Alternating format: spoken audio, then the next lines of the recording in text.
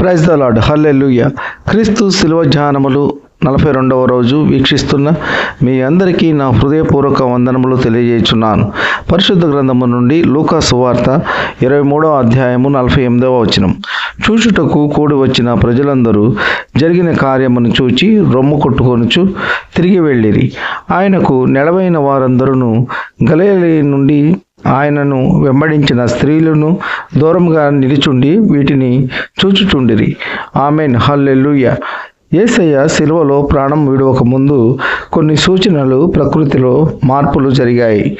ఎందుకు ఇలా జరిగింది అనేది శాస్త్రజ్ఞులకు కూడా అర్థం కాలేదు. ఆ దినము సూర్యగ్రహణము కాదు.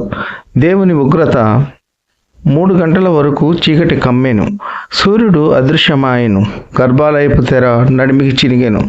3 సంఘటనలు ఇక్కడ జరిగినవి. 1 చీకటి కమ్మింది, 2 సూర్యుడు అదృశ్యమాయెను, 3 గర్భాలయపు తెర 2గా చినిగింది. ఒక లోకరక్షకుడు మరణమునకు సూచనలు. సైన్స్ ప్రకారము సూర్యగ్రహణము అయితే 7 నిమిషములు అతిపెద్ద సూర్యగ్రహణం. కానీ 3 గంటలు చీకటి క్రమ్మింది. శాస్త్రవేత్తలకు కూడా అర్థం కాలేదు.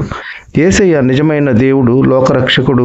పాపుల కొరకు ప్రాణం పెట్టిన యేసయ్య శిలువలో చనిపోయిన తర్వాత ప్రజలందరూ రొమ్ము కొట్టుకొనుచు ఏడ్చుచు తిరిగి వెళ్ళినారు. ఆయనకు సమీప బంధువులు మాత్రము, గలిలయ నుండి ఆయనను వెంబడించిన స్త్రీలు దూరంగా నిలుచుండి చూస్తున్నారు. ఆయనచే స్వస్థపడిన వారు, ఆయన ఉపదేశమును అంగీకరించిన వారు రొమ్ము కొట్టుకుంటూ ఏడ్చుచున్నారు. మరి నీవు నేను ఎవరి గుంపులో ఉన్నాము? ఇస్కరియోతు యూదా వలె ప్రభుని అప్పగించే వారిగా ఉంటున్నామా?